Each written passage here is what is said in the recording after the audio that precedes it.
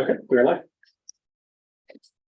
Good morning, I'm Mary Jones and I serve as chair of the Kansas Behavioral Sciences Regulatory Board. I ask the members of the board to respond to a roll call to signify their presence at this open meeting that's being conducted in hybrid form, with some individuals remote by conference call or other electronic medium and some individuals present at the board's office. Dave Anderson. Present. Jacqueline Lightcap. Here. Richard Nobles. Let's see how long. Andrea Perdomo Morales. Present. Cynthia Schendel. Present. David Stevens. Here. Deb Stidham. Here. I note the following staff members are also present. David Fry. Here. Leslie Allen. Here. Cindy Durkle. CC. Yeah, I see. Here. And Tyler Watson. Tim Resner, serving as legal counsel for the board, is present. Next, David Fye will read a message concerning this meeting being held remote. This is David Fogg, Executive Director for the Behavioral Sciences Regulatory Board. Public comment allows the public to address the board about its concerns. The Kansas Open Meeting Act, or COMA, does not require the board to provide public comment or answer questions from individuals. Individuals requesting to provide public comment could contact the Executive Director prior to the meeting by sending an email to david.fye@ks.gov. There will be no time for public comment at this meeting as no individuals requested time for public comment. Because we are conducting this public meeting in hybrid form, I state for the record the following information. Access to this meeting is being conducted in person and by medium of interactive communication and allows members of the public without cost to attend the meeting in person through the use of the conference call or by viewing the board's YouTube channel. While the meeting is conducted in hybrid form, the requirements of the COMA are not suspended. As such, we'll be conducting this meeting pursuant to the COMA. On June 26, 2023, we sent notice of the board meeting to all individuals who had requested notice of board meetings. The notice was also posted on the board's website, ksbsrb.ks.gov. You may obtain a copy of the notice at that website. An agenda and other meeting material have been posted on the board's website and are available for review. You may also request a copy of the agenda specifically by sending an email to david.fye@ks.gov with the subject line request for the agenda, and it will be sent to you. The notice contains information for the conference call on YouTube channel that allows the public to attend the meeting free of charge. The notice also states that if there are technical issues during the meeting, you may send an email to bsrb@ks.gov. A recording of the meeting will be available on the BSRB YouTube channel following the conclusion of the meeting by using the link to the meeting on the agenda. And we did check the conference call line before the meeting started. Okay, thank you. The meeting is now called over and the board will begin its discussion. First item on its agenda, which is agenda approval.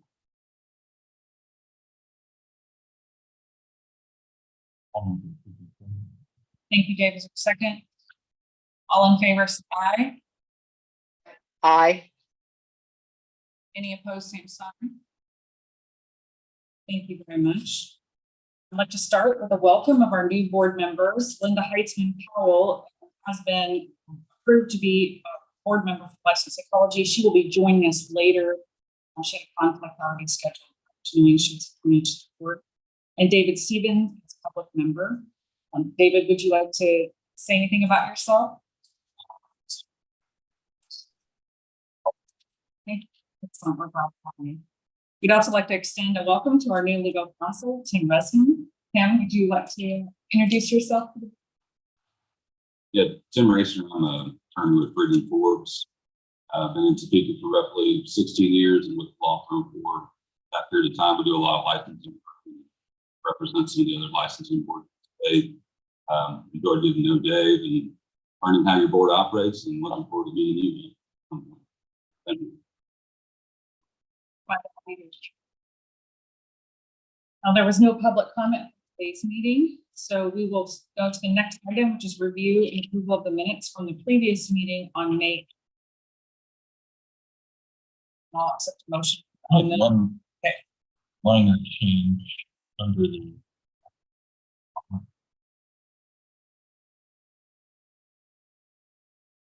is that psychometric. That's psychometric. Okay.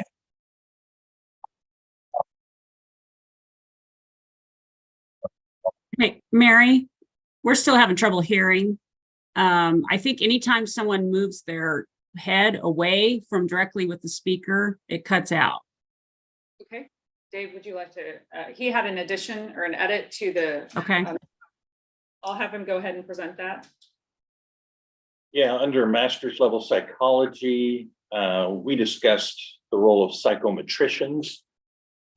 So it says psychometric, just a slight edit there.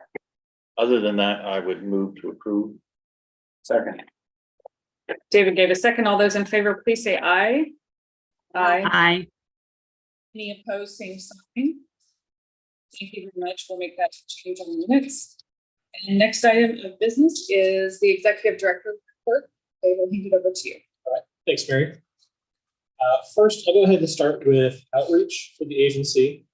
So back in January of 2021, we did start a YouTube channel to broadcast meetings of the board and also advisory committees. That was in the earlier stages of the pandemic, and so partially it was to provide more access, but also to do our meetings in a more secure way. Since that time, we have broadcast or uploaded after about over 100 meetings, and those have been viewed approximately 1,199 times. So I think it's helpful to just report on it from time to time so that you know about those numbers. I think it's been very successful. Other states have asked about it, and I think some are encouraged to start doing this. In terms of other outreach efforts, we have a tradition that we started when I joined as the executive director for the agency. We get services through a lot of other entities and the fact that we're a small agency. And so it's important for us to have good partnerships with lots of different agencies and outside groups too.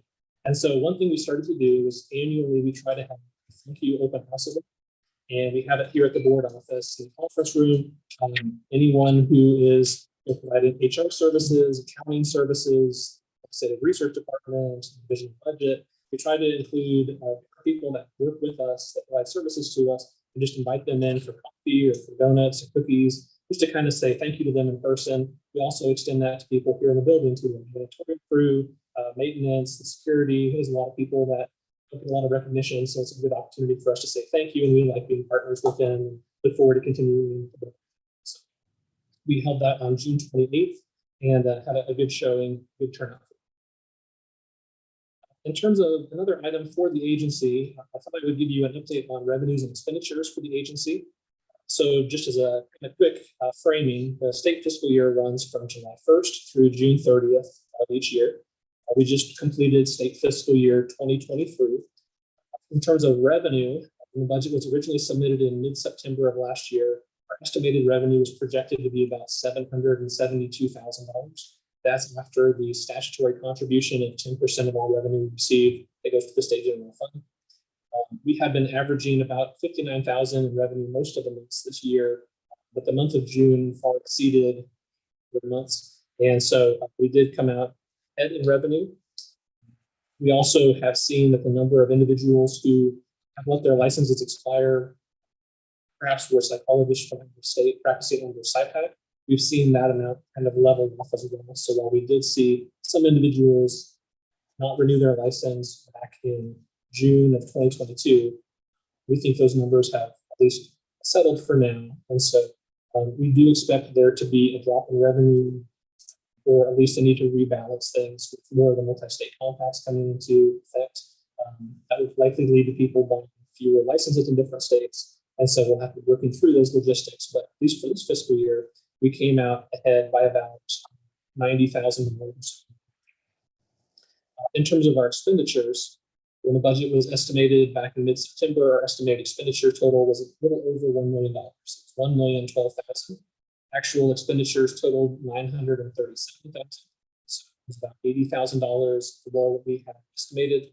Part of that had to do with, we do budget for contingencies. We're a small agency with one fund, and so we do have a certain amount that is budgeted in the event that we would have cases go to hearings and potentially the district court or Office of Administrative Hearings. So we have a certain amount just in case those are needed to be spent. We also have some funding available for different items such as temporary staff at certain times. So we need to bring in people to help with disease seasons and different things like that. So we were able to come in under budget.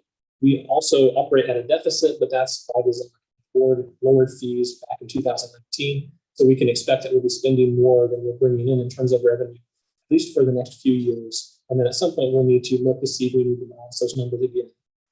However, The current balance in the fee fund is still about $2 million, $2,093,000. I have asked other states for comparison to see what's a generally accepted number to have in the fee fund. Some of the other states that I've talked to have basically said 2 years of expenditures. If you have above that, you should start looking to see, can you reduce fees? We basically have about 2 years of expenditures almost exactly. So we're right in line with that. And I think with some of the actions the board has taken recently to reduce other fees, I think we can expect to see those fees go down slowly over time. Perhaps we could even look at other fee adjustments in the future without having to reevaluate any kind of fee increases.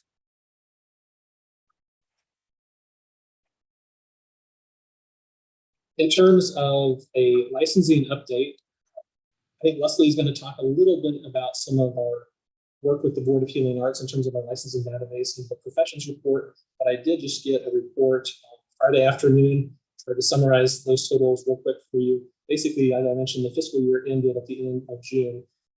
Well, the numbers that we have reported to us in terms of permanent licenses issued this last fiscal year, we had 1,586 new permanent licenses that were issued.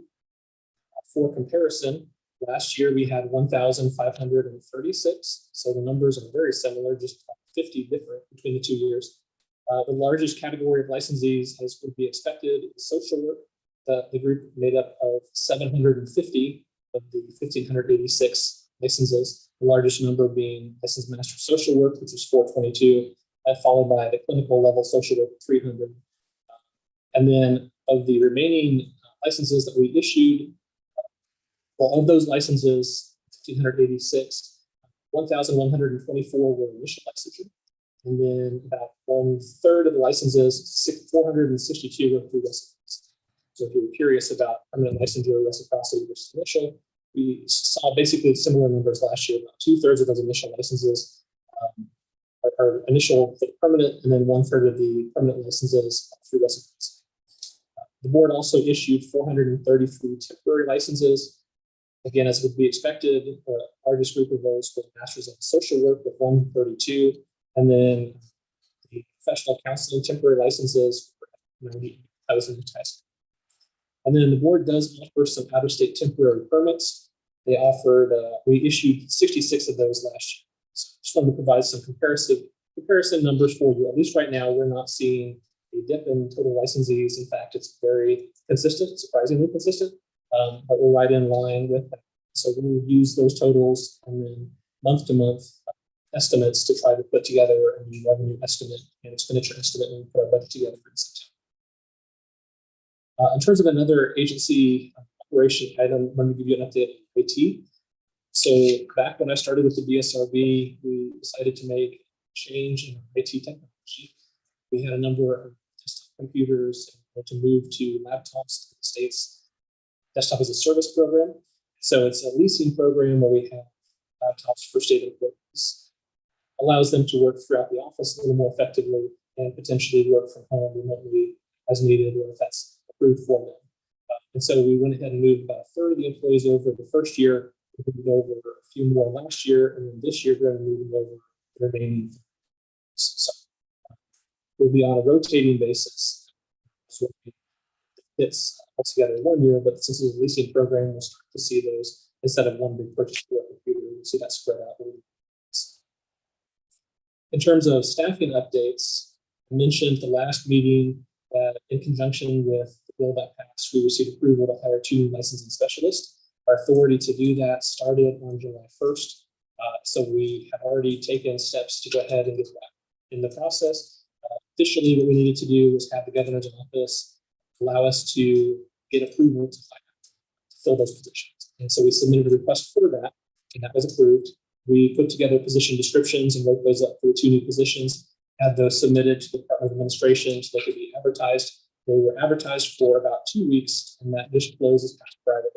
In the meanwhile, we wanted to go ahead and kind of get a surge of staffing and preparation for the permanent hires. So we brought 1 temporary staff member in about 2 weeks ago. She's been helping us out with some filing and other responsibilities. We also have another temporary staff member who is starting tomorrow. And so they'll be able to help us kind of speed up the process on certain things and make the office a little more tidy in preparation for new people coming in. But we are expecting to do interviews later this week, potentially next week, and then based on how quickly they can start, hopefully have some good hires sometime maybe in the next month or so. So it's going to come down to the interview process. We'll make sure that it's more important to us to hire the people. So if we need to re-advertise it, we can do that. I'm optimistic we'll be able to find some good candidates. In terms of other staffing update, so I do want to compliment the staff. The staff members like to do fun projects in the office to kind of keep things going good here in the office. And they have good hearts as well. They like to do fundraisers just internally here in the office. And this last December, they had a fundraiser that was raising money for the Wall of Values. And then they had another fundraiser that just recently raised an amount of money for Helping Hands Humane Society. I went over there and gave them the donation from the office. And, they thanked us for that. So, took a picture and put our staff on their social media. So I just want to compliment them and really they do. But I think sometimes it's nice to keep other people in mind. And then while it's not technically staffing, the board did go through the process this past year of looking at legal counsel. We had legal counsel for 6 months through the Department of Aging and Disability Services, and really appreciated that partnership with KDAS for that. The board is going through the process of having it be put out for bids. We went ahead and submitted that, went through the process with the outside procurements, and the board would go ahead and we reached an agreement with Friedman and Forbes for a contract. And so that contract will run several years. Tim is going to be our primary person we'll be working with.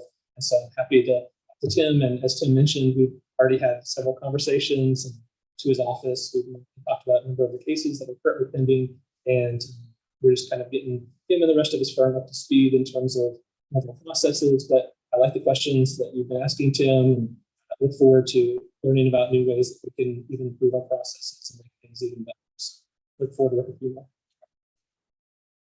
In terms of some legislative updates, so the bill that was talked about a lot this session, the BSRB initially had requested, and then there were some modifications, ultimately was sent for Senate Bill 131. And that bill did pass. It was signed by the governor, and the bill became effective on July 1st. We sent a message out to all licensees at the end of June that basically summarized the items in that bill. And it also talked about the items we could initially start to implement immediately, and then some items that we will need some additional legal approval for us to be able to. One of the things that we were working through was the bill would create a number of new different license types. And one of the requirements to issue those license types is for us to be able to charge a fee for that. The issue is that the statute for the bill sets the cap for those fees, but the specific amounts for the fees has to be set in regulation. And you can't do the regulation until you have the statutory authority to actually do the regulation. So there has to be a domino effect. But given the July 1st implementation date, it was challenging to make sure we got the logistics correct. However, I think we have a good course of action. And also, there was a lot in it. There was probably close to 20 different items. And so Leslie has done a tremendous job with our staff, tried to make sure they're knowledgeable about some of the items in the bill. We posted the announcement on the BSRB website as well, so fielding questions, trying to help people understand. And then as we have authority to issue some of the items that require additional approval from the legislature and just through that regulatory process, we'll be able to start putting out other announcements for other things that require authority for us to issue those licenses. So that's where we are at with those items. But we have received a lot of positive comments and some of the things we can move ahead. Now, one of the items that I think is really beneficial, as of July 1st, we were able to start issuing temporary licenses that are 2 years in length instead of 1 year. There are some people who've asked us, can we extend the existing 1-year licenses? And we don't have authority to do that. However, there is language that we want to make sure people are aware that if something extreme happened beyond their control that was an extenuating circumstance, we do have authority to extend their temporary licenses up to 6 additional months. And so I've been trying to encourage people, if they think that they have circumstances, to go ahead and let me know. And then I can review that information. And if I'm able to approve them for some additional time under the statute and regulations, I'm happy to do it. So I've had a number of people that have reached out to me and we're trying to make sure it's it's a smooth process, even with the changes. In terms of other legislative updates, I recently attended a meeting of the Legislative Division of Post at the Capitol just last week on Thursday, July 6, 2023. There is an item on the agenda for an executive session, particularly in relation to the legislative post. Some of the information I can talk about publicly, some of it would need to be confidential in the executive session. What I can say publicly is that the BSRB was one of 15 agencies that took part in it. We were selected really because what they looked at for some of the agencies was if you have not been part of an IT audit in the past, we wanted to go ahead and bring you in for an IT audit. As I mentioned, we were one of 15, and I have heard that they're bringing in other agencies to that initial round. So I think they might be moving agencies in the state part of this IT audit. And IT is very important, so I think it was a good opportunity for us to look at our existing practices and then consider any kind of improvements. This was a little challenging because in the past, what they've done with IT audits is they've done it on a case-by-case basis, and then the findings were confidential. And so they really couldn't talk publicly about some of those findings. Here, what they decided to do was to take 15 entities, some of them were state agencies, some of those were school districts or other entities, and they basically looked at, are they following standards by ITEC, which is the state technology standards, or are they meeting best practices? And so that is kind of what they were looking at for this. And so, but as a combined audit, what they decided to do is they didn't want to expose any kind of vulnerabilities for state agencies. And so they summarized the findings and they broke it down into quadrants in terms of how many agencies or entities performed well in the different categories. One of the drawbacks, though, is that if you are an agency that did not perform the same way as the majority of audited entities, your findings may not be as visible. For example, I presented testimony and I said this publicly, so there's no issue with saying this, but the BSRB did well in this. We took steps ahead of time, we had good practices, and we really tried to work with information technology services and other people we partner with to make sure we were prepared for this audit. And then if there were any findings, we took care of the measures. So we had good findings. The overall tone of the report was negative, and there were some other entities that had significant findings. And so at the meeting, they presented the report, and there was a lot of concern expressed by the members, understandably so, but I felt very comfortable with that in a testimony because I went to the microphone and said, we're not perfect, we can always look for improvements. We did well in this audit, and I want you to know that because I think it's important that we share that. They did make some comments before I went up there about, how can we make sure that agencies are taking this process seriously, and how can we make sure that they're more compliant with things. And so I didn't want us to be a target, and I thought not going up there, we would not be doing my responsibility to the agency, staff, the board. And so I did bring it to their attention that we did well in the audit, and we do value the importance of IT security. There were some generalized findings in the audit too, that possibly one of the reasons that other agencies did not do so was because top management either was not prioritizing IT security or was not knowledgeable about IT security. And I felt, at least for our agency, our findings were good. We do value those things. And then after the meeting and leaving, I would say half the members of the committee came over, thanked me for presenting, making them. In terms of the actual findings of the audit, since those are confidential and could involve security issues, that's why there's an executive session.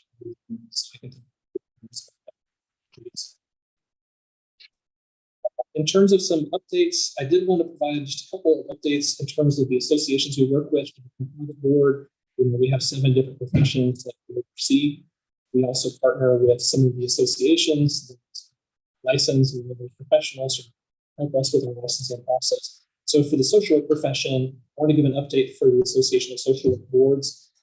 ASWB holds a webinar recently on the licensing examination process. It's on Wednesday, June 28th, 2023. It is part of a series of webinars that they have presented on licensing examination. As you may recall, last fall, they released information on rates that was broken out with demographic groups. There's been a number of states discussing the licensing examination and any kind of improvements or alternate paths to licensure.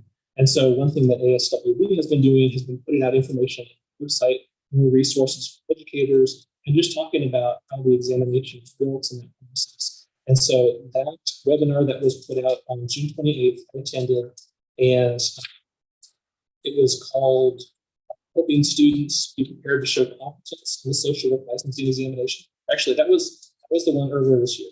The one on the June 28th was titled Testing Experience, How ASWB Examination Practices Support Access and Equity. But as I mentioned, it's part of a series. There was also one February 22nd.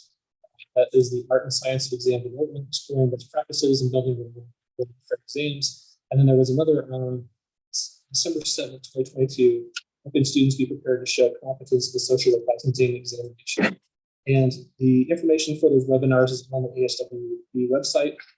That's at www.aswb.org/exam/ and then it's exams for the future of social work with dashes in between each word /webinars. So I think if you go to the main ASWB website and look for information on the webinars, I think you should be able to find that. But if any individuals have trouble with that, feel free to let me know. In terms of the other associations, well, I should mention ASWB also has an annual meeting every year, so we'll be attending that. That will be later this year. And then for another association we work with, it is the Association of State and Provincial Psychology Boards, SPPB. They oversee the psychology profession, and their annual meeting will be the end of September. I'll be attending that. It'll be September 27th through October 1st. And then I also want to provide an update on the National Board for Certified Counselors, NBCC. That is one of the associations we work with, special counseling profession, and I will be attending their annual meeting July 26th through July 29th. Laura Shanasi will be attending that one as well. And I've been asked to present information on protecting the public through licensing. So I have the opportunity to talk about some of the things that we're doing here. In terms of other updates, I wanted to point out that in your packet of material, you do have an update from Jason Hess. He is the board's appointee to the Kansas Fight Addiction Grant Review Board. So we provided some updates in recent meetings for that group. Additionally, the BSRB, or the state of Kansas, I should say, is a member of a multi-state compact for psychology called SIPAC. That's Psychology Interjurisdictional Compact. Currently, right now, we have 85 licensed psychologists with Kansas as the home state are practicing telehealth services through SIPAC. There are 8 individuals with a home state license in licensed psychology that are practicing a number of in-state service days, other compact states under SIPAC authority. And then I do understand that SIPAC will be doing a survey later this year, which should tell us how many psychologists in other states are practicing into the state of Kansas. I know from the beginning that has been one of the questions people have had, as far as we know how many people have a home state license that are practicing in other states, but how do we know how many people from other states are actually providing services into the state? And their way to identify that is they're going to be doing a survey at the time that individuals are renewing their approvals to practice under SIPAC authority. And so they're going to make that public, so we will know approximately how many individuals are providing service through telehealth or in-state days of service through SIPAC. And then in terms of the professional counseling multi-state compact, we became a member of that compact as of July 1st. That compact will, the commission is meeting to develop the infrastructure of the compact. It's not functional to be able to issue the privileges to practice. If they're hopeful by the end of this calendar year, or maybe the start of the next calendar year, they can do that. Right now, they're having informational meetings and trying to make determinations in terms of rules. So at the NBC conference on July 26th through the 29th, the day before the conference starts, there will be a meeting of the SIPAC commission to decide some of the rules. And so I think Laura will be attending that on behalf of Kansas. And then there's an item in the agenda later on today. A lot of the compacts say you can designate one representative for your state.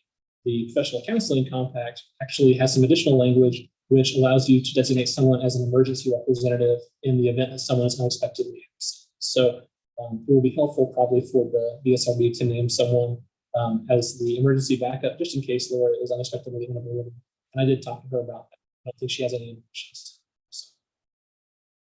And then just one more update on compacts. There is a social work multi-state compact that has been finalized in terms of the draft. Just with other multi-state compacts that has to be approved and passed in a number of states to become effective. It was finalized at the very end of the spring this year in terms of the legislative session. So there wasn't time for a bill to be introduced and worked and heard. However, there were a couple of states that did introduce a bill at the very end, and I believe at least one passed it. I think Missouri was the first state that passed the compact. So I have been in with NASW Kansas that they are supportive of the compact, and I think they'll be requesting a member of the legislature sponsor that next year. And so they went ahead and reached out to me this past week to make me aware of that. So I thought I would go ahead and let you know that as well. There is a question in terms of the compacts. Generally, when they had passed the SIPAC compact and the multi-state compact for professional counselors, there was an item that was added that essentially was for the board to be able to charge a fee of up to $25 for people who are Kansas licensees practicing under the compact as a way to pay for some of the compact fees that they charge that the state of Kansas.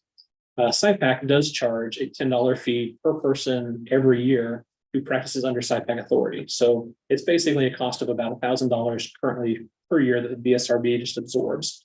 And so the board did approve for that fee to be charged to the psychologist practicing under SIPAC as a way for us to not operate at a loss in terms of that. In terms of the professional counseling compact, because it's not functional yet, we don't know how much or whether they will charge the state of Kansas a certain amount. So I think what I would encourage is for us not to set an amount for the counseling one until we know what the possible charges to the state of Kansas on. In terms of the social work compact, similarly, we don't know what the cost will be to the state of Kansas. They could go ahead and have it be an assessment type thing like SIPAC does. They could have it be a flat amount, or they could potentially charge that through members when they get their multi-state licenses to practice into that compact. Right now, it's a little too early. So I'm not sure what to recommend on that one. I do know the Board of Nursing, when they entered the nursing compact, there was a $4,000 charge every year to the Board of Nursing just to be part of that compact. So if it is a flat amount, I think it might be helpful for us to have an amount that would equalize whatever we're being charged for that compact.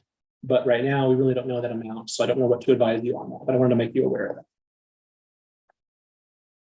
And then I have a number of other items that I've just listed here, and I'm not going to go through those, but I have had questions from time to time in terms of all the different work we're doing here at the office and the ways that we're trying to be out in the, the Capitol or other places representing the agency. So I do try to include some of these dates here so you can just get a better understanding of some of the work that I do, and then also some of the meetings that we facilitate here at the office or remotely. So with that, I understand that's a lot of information, but it has been very busy. I think things are going well. And I do want to compliment the staff again. It was a big push to try to get some of those items ready for the July 1st date. Let's see a little bit more as we get to the professions report for one of the items, but I do want to say I appreciate all their work. And it has been a big help to me as well in terms of working as a team. So with that, I will go ahead in my report and take any questions. I have a quick question. Given that we don't know the number of people practicing in Kansas, is it the responsibility of SIPAC?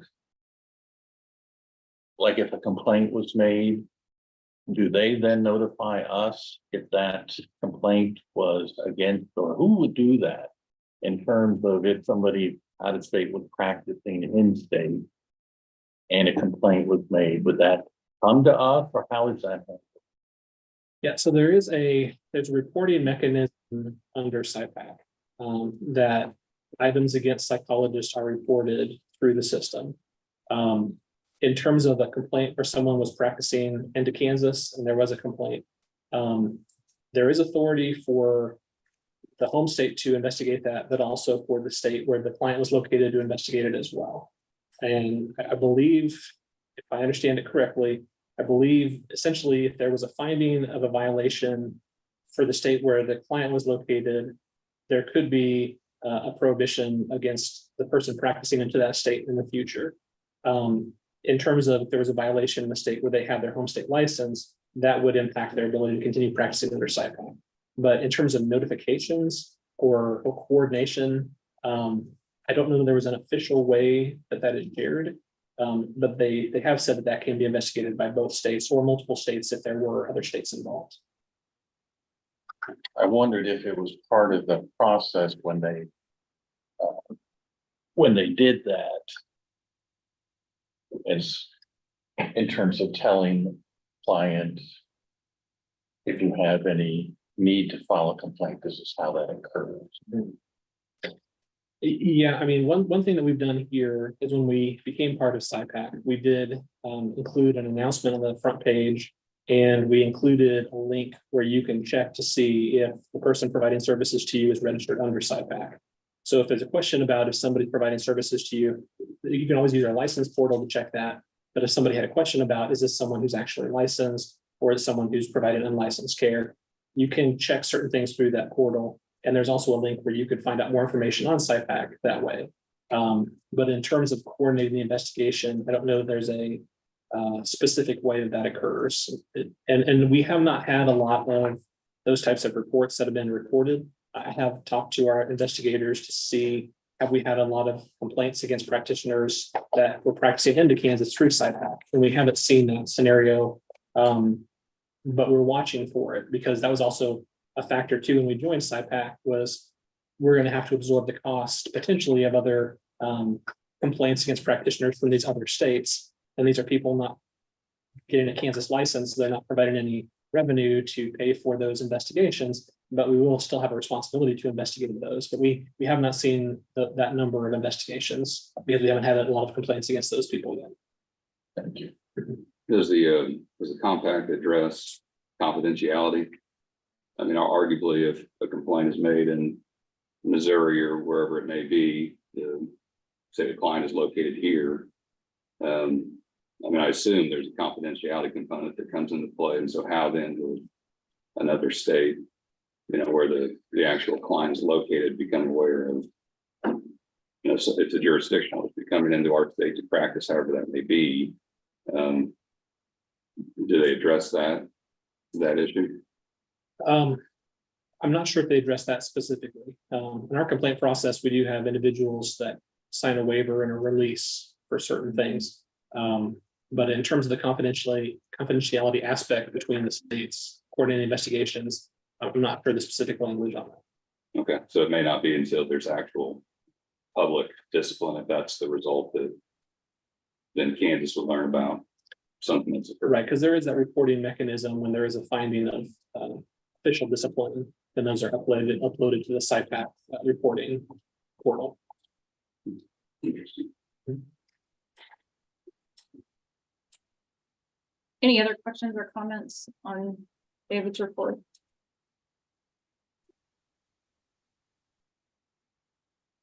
That was a lot. Thank you. Thanks. A lot of information. Okay, we'll move to staff reports. Okay. I have been working with our MLO people. We created a new container within MLO that, is a little place where we're in our information regarding new applications. It has the receipt date when the 15-day letter was sent. When we've received all information for the application, when the decision was sent, when the exam score was received, and when the license was issued. This will allow us to bring the information to the board that you have requested. It will also allow us to provide a report if the legislature ever needs anything regarding that new requirement. We've also been working on all the new license types in the database so that when the fee regulation is approved, we can start issuing the community-based licenses, temporary student addiction counselor, and in candidacy temporary social work licenses. We've also, I wrote an email, Dave and I wrote an email, and it's going to be automated in MLO, linked to the checklist. So when we go in and enter, we have this, this, and this, then we can go and create a report and it will pull whatever is missing from the checklist and email that to the applicant. So we've created it and we're doing it by hand now, but it should be functional in MLO shortly. I've spent a lot of time with them lately. And I've been working on the regulations for the new reciprocity requirements and the other items in the bill. Leslie, will that allow for you all to have data in regard to timeliness Mhm. that people have been kind of Yeah. asking for. Yes. That'll be really, really Mhm. helpful. Yes, I agree. The one thing is, in checklist, it says completed. It cannot say received. That's not an option. They can't change that. So it's just, we have to make them aware completed means we've received the information. It doesn't mean it's approved. But we'll work on that too. Yeah, just to kind of frame that, because, yeah, Leslie and I have had a number of meetings with the Board of Healing Arts to make sure we put these new things into place, but Leslie's probably had at least double the amount of time working with their staff that I have. She's put in a lot of time working with them to try to design things and make sure that it's something that makes sense, and also something that once we have it in place, we can have our staff members trained on it to be able to do that too, because they're the ones that are going to be doing most of the hands-on issuing of these things. And that bill that passed, the sub for Senate Bill 131, it did have a new requirement that said within the first 15 days that someone applies, we would send them a message to let them know, do they have a complete application or is it not complete? And if it's not complete, what else do we need for it to be considered complete? And so we wanted to be timely on that. And then also, there's a new language that says once we have a complete application, we need to make a decision on licensure within 30 days. And so this new item that Leslie has worked on with their staff to put in, it should allow us to be able to see when we received it, and then to ensure that 15-day letter was sent. And it should allow us to be able to run reports on new applicants so we can see how many days we're into that process. I think one of the tricky things is, though, on some of these, we're going to be receiving things from different people and locations, like transcripts and fees. Some agencies will pay the fee for their employees. And so matching these things up is going to be something we're still going to be working on. But this will at least kind of let them know some confirmation that we did receive your information. And here's what we have been able to verify so far that we've received. With a caveat, though, I think that letter is also going to say, this shows that we've received this information, we're reviewing it. If we review this and we find something that is significant that requires further investigation, we're not going to have a complete application until we've been able to fully research that item. For example, if one of the references comes back and there are serious issues, we have to investigate that more fully. Or if we get their transcripts and there's some weird findings there, we'll need to investigate that more fully. So it's possible that we have received things, but that doesn't necessarily mean that they've all been approved. And so we want to be able to communicate that with them, but also have enough time that we have all the information we need and that it's all meet standards as well. So, but it looks really neat, and I think it'll be helpful for us. Well, thank you for putting in the time and effort into that, because it is something that we've been interested in making sure that we have the correct information. Now with these new standards in place, it'll be very important to have that information, but thank you for working on that. It'll be helpful to the applicants too. It will be. Any other staff report?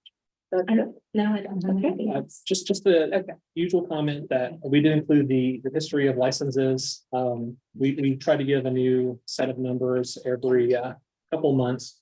It had gotten pretty long, so we've started to condense some of the time periods a little bit more in the past and shorten some of those up. So we'll try to get every other month for about the last year, and then if we have any time period prior to that, we'll probably try to shorten that to 6-month blocks or whatever, something just so that it all kind of can be contained into one page. But if you ever do want that additional information, just let me know. I'm happy to provide that. Okay, thank you very much. Cindy, we will move on to the Complaint Review Committee report. You have the statistics with your board information. At the end of fiscal year 2023, we received 200 complaints. For reference, at the end of fiscal year 2022, we received 205 complaints.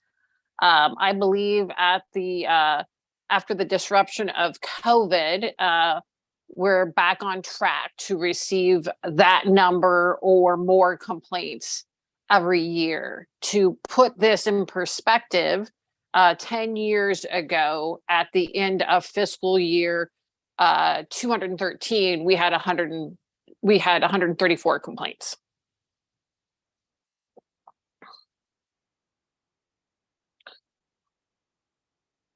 Okay, thank you. Are there any questions or comments?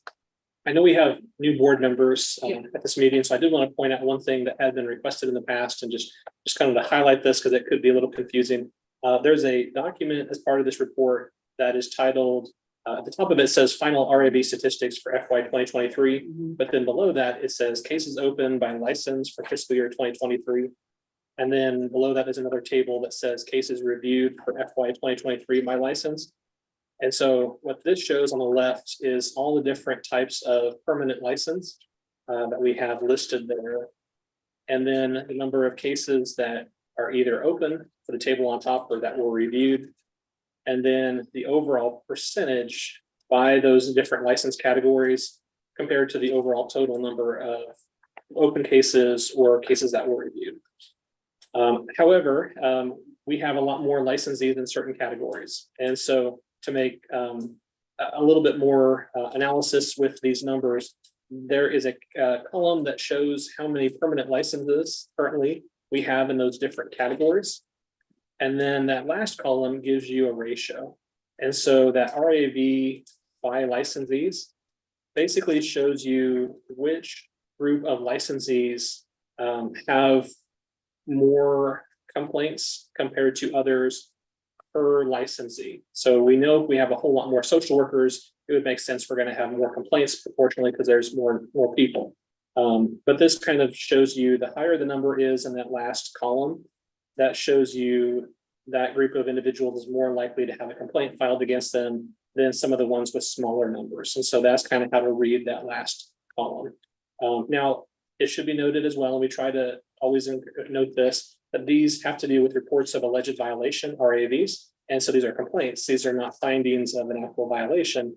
So some people, based on the nature of their work, may receive more complaints. But this at least shows, based on the work that the investigators do concerning the complaints, these are the categories of license that get more complaints proportionally or less complaints proportionally. And this initially started as a request from board members, and so that's why we've tried to include it going forward. A quick question on the statistic. Cindy provided that years ago there were 130 some versus 200. Yeah, and 10 years ago, we had 134 complaints. So how does that, what were the number of licensees relative to now? The table doesn't go back a full 10 years, but it does go back 8. So back in July of 2015, the total number of permanent licensees was 12,152. And currently that number is about 3,000 higher, 15,155. So complaints have probably risen higher than proportionally the number of licensees. I was curious about that. I always like to commend the work of the CRC. Yes. It's a heavy lift often and a lot of work ahead of time to make those meetings run efficiently and effectively. And CRC also did an additional meeting in between to make sure that we stay current with the cases. So appreciate the investigators' time, both Cindy and Joan, as well as those who are on the CRC. It's a lot of work and we really appreciate everyone's time and effort. We will move into the professions report and start with licensed psychology. I think I'll go ahead and cover that report. So at the last meeting, that was Rick Steele's final meeting as a board member, and he was the chair of the Licensed Psychology Advisory Committee.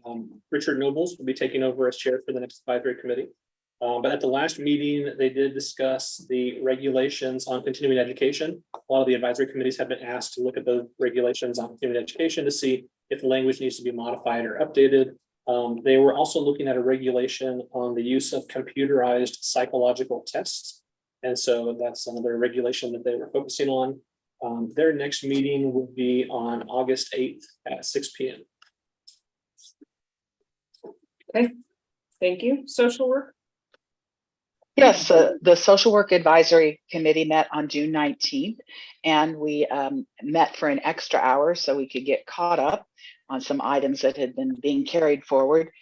We did agree finally on some language for a couple of issues we've been discussing, regulation for care of clients in crisis, We also looked at unprofessional conduct regulations, and we also looked at the continuing education and made a couple of minor changes there. Our next meeting is going to be in August. Cynthia, counseling? I'll go ahead and take this one too. So the group met back in June, the advisory committee, and two of the items they discussed were reviewing the continuing education regulations, but also reviewing the regulations on the requirements for clinical supervision.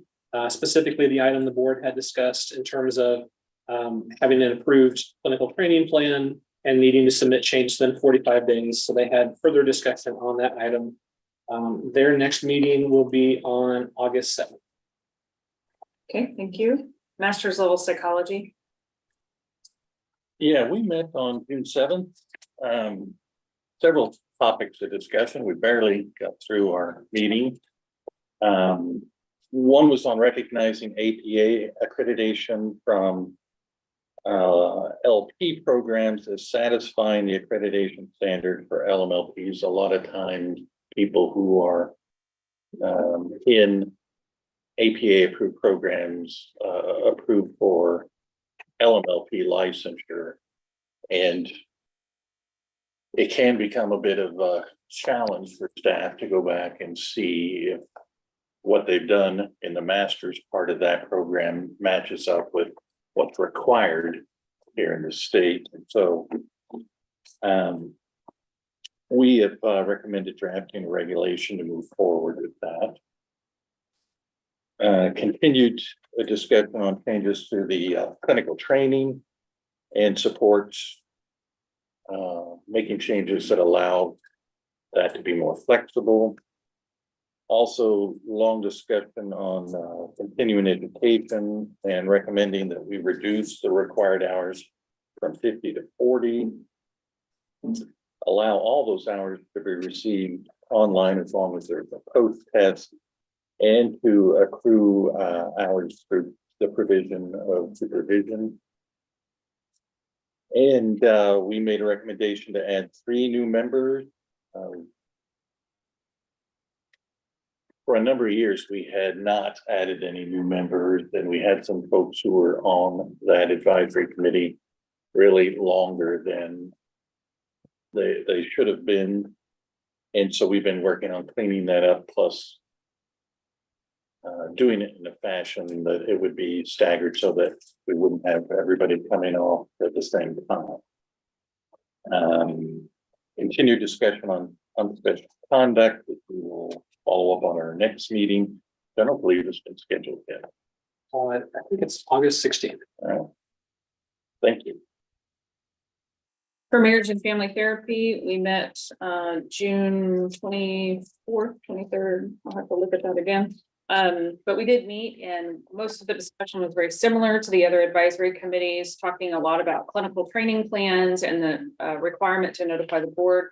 I think we had good discussion on liking the time frame that's required, but being more specific about things that are integral to report to the board regarding the training plan. So good discussion there. Continuing education, we are pleased with the 40-hour continuing education, so we would like to keep that, and also made some suggestions for changes required regarding the documentation for continuing education.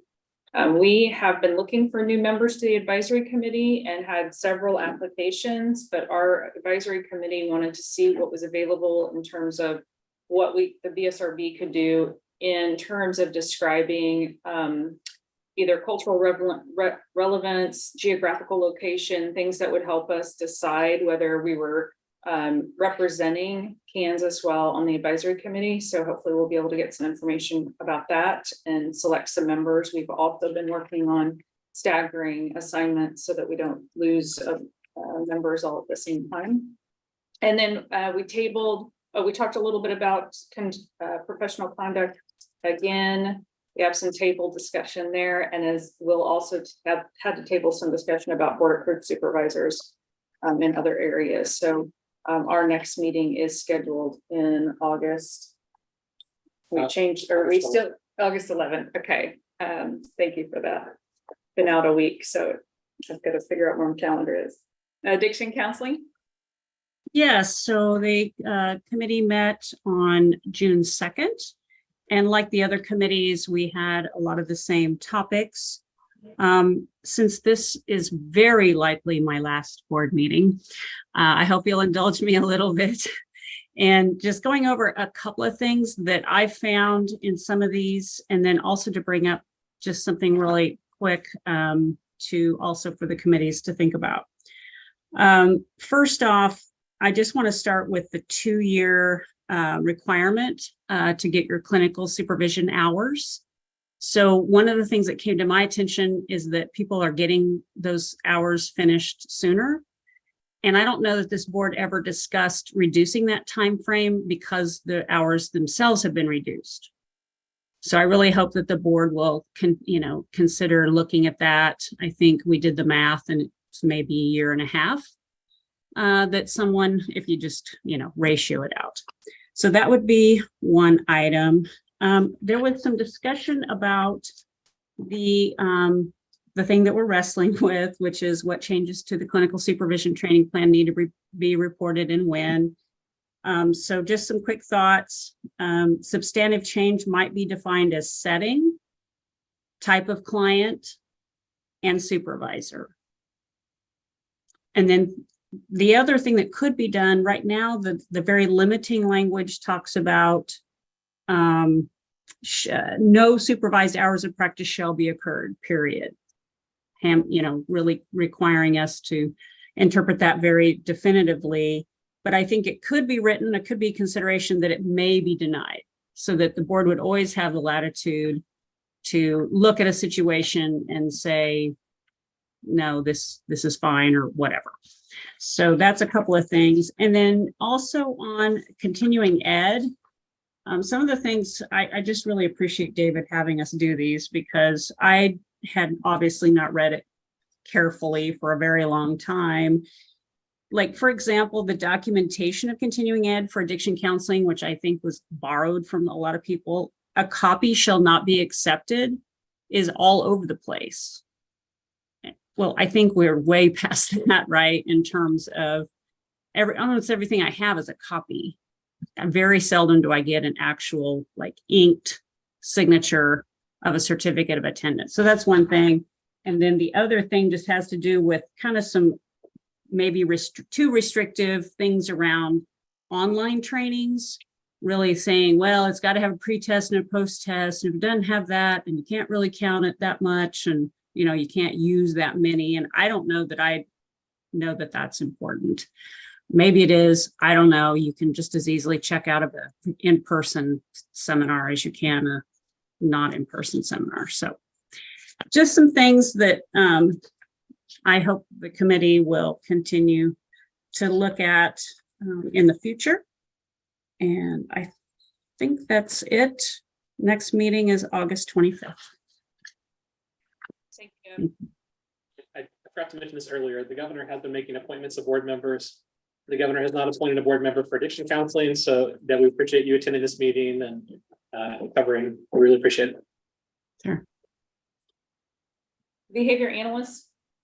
So we did not meet, and as you all know, although we recommended that a behavior analyst be made a part of this board, that was stricken from our bill. And the good news was Dave and I talked, and one of the licensed psychologist advisory committee members was also a BA, and so she applied and has been appointed. That is Linda Heitman Powell, and later in this meeting she will be appointed as chair of the BA committee, which is good. And so they meet with her next on August 11th. Great. Any questions or comments for the subcommittee reports? Okay, well, we are looking forward to a 10-minute break right now. It is 11:12, so we will resume at 11:22. Sound good? That's right. Thank you. I'm gonna switch out my chair because I keep sinking. We're getting taller, I'm getting shorter.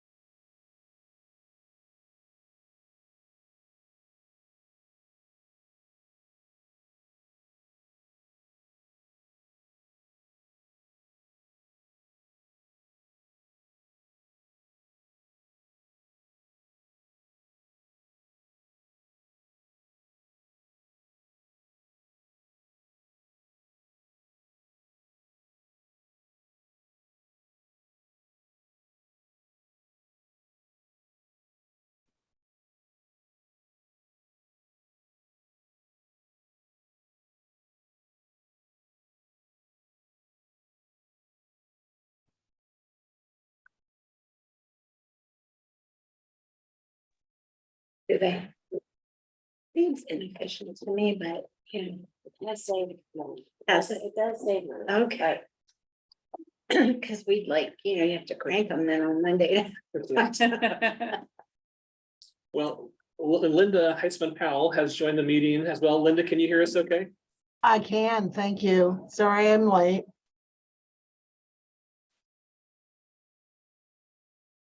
Linda, to the BSRB. Would you like to say anything?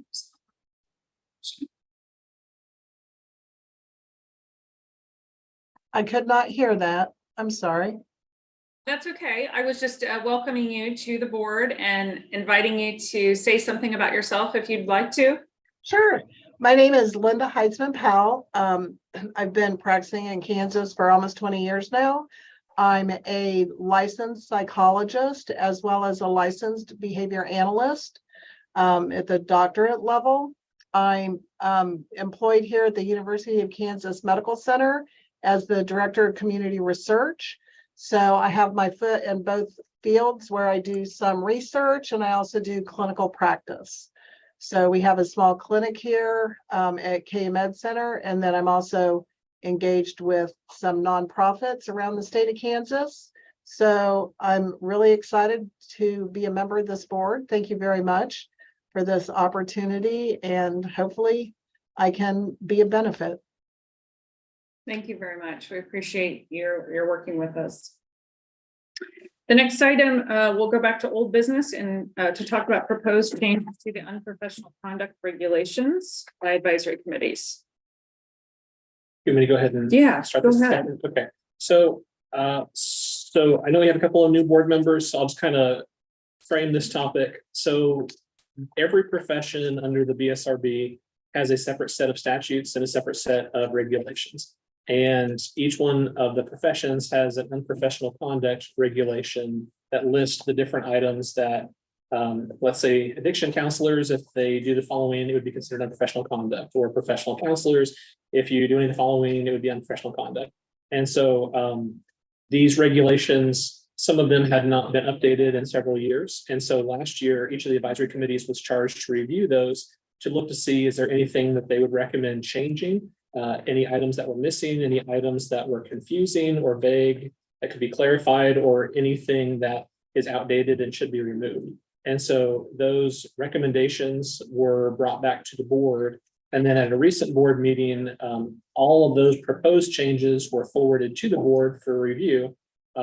But since the other advisory committees could benefit from the work of everybody else, those were sent back as a big packet, about 50 pages, to the advisory committees to continue to review those. Since they had gone through their own, they were knowledgeable about what they wanted to fix or modify for their own. But then also they could look to see, okay, well, maybe we didn't talk about this subject, or maybe we didn't consider this area, but I like that idea. I want to bring it into this as well. So that's where those are right now. I think the advisory committees that just met were given that big packet, but that's a pretty heavy lift to review all that and bring it in. So I think for most of the advisory committees, they had little discussion, and most of the discussion on that topic will probably come out next month. And so that's where it's at. The ultimate goal is, if those recommendations could be forwarded back to the board, it would be ultimately the board's authority to recommend changes to the regulations. And so that's still a goal by the end of this calendar year, if the advisory committees could submit final recommended changes for the board to review. Thank you for that. I appreciate the update. The next item was types of changes necessary to be reported for clinical training plans. We heard a lot of that from our advisory committee, so it sounds like we're still in works with that. Did you have anything else to offer? No, I feel like maybe about half of the committees had a good discussion on that topic, and some of the other ones, based on the number of other items on their agendas, still would like to have more conversation on it. So I think that topic will probably be ready for recommendations to be brought back from each of the advisory committees at the next meeting. Okay. But just kind of wanted to keep it on here for reference. And similarly, with the consideration of other practitioners to be approved to become board approved supervisors based on unavailability. Yeah, so there are two professions for the board: professional counseling and marriage and family therapy, that have a process to become a board approved supervisor. And there is language that would allow individuals from other professions to serve as supervisors if certain conditions were met. And the language previously talked about unavailability And now it talks about extenuating circumstances. And there's been question about what would constitute or what should constitute extenuating circumstances, so that we're able to review these requests with some consistency and whether they should be brought back for the board to be handled. I think the initial topic for discussion may be suitable for the advisory committee to weigh in on and have that discussion first, and then bring back those thoughts to the board and then have the board have discussion on that topic. But I think that's kind of what I remember being talked about. I think there might have been a comment at the last board meeting to go ahead and start looking at those, but I know that we had thought it might be helpful just for consistency if the advisory committees could discuss that more first. That might be helpful. So I think that makes a lot of sense. Okay, we'll move to new business, election of board chair and vice chair. and I will just start this topic if you Yes, don't mind. please go ahead. Okay, so in your packet of material, you'll see a copy of a statute. It is KSA 74-7501C. And this is one of the statutes for the board. And that statute is a short one. It just says the board shall organize annually at its first meeting subsequent to June 30th and shall select from its members a chairperson and a vice chairperson. Other meetings shall be held as the board designates. A majority of members appointed to the board shall constitute a quorum for the transaction of business. And so statutes do say that every meeting after the start of the fiscal year, which would be this meeting, the board would go ahead and select a chair and a vice chair. And since it's every year, those terms would last for 1 year. And so that would be something for the board to go ahead and determine at this meeting. Thank you for that. I have spoken with David. I'm willing to serve another year as board chair if the board is would so be interested in keeping me. I make that motion. I was second. I third.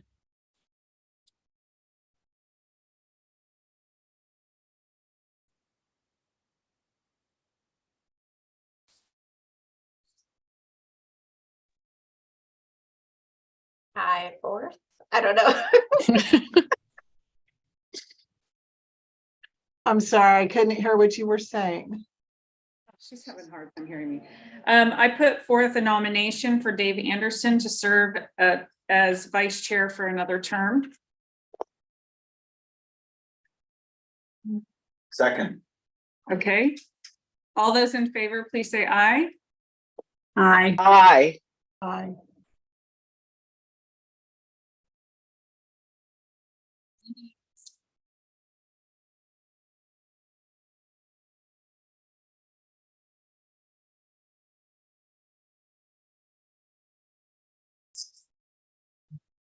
I think something's hinky with your guys' audio.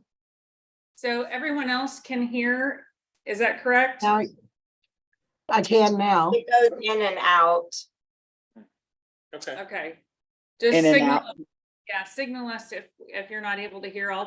We'll try to intentionally move closer to the owl.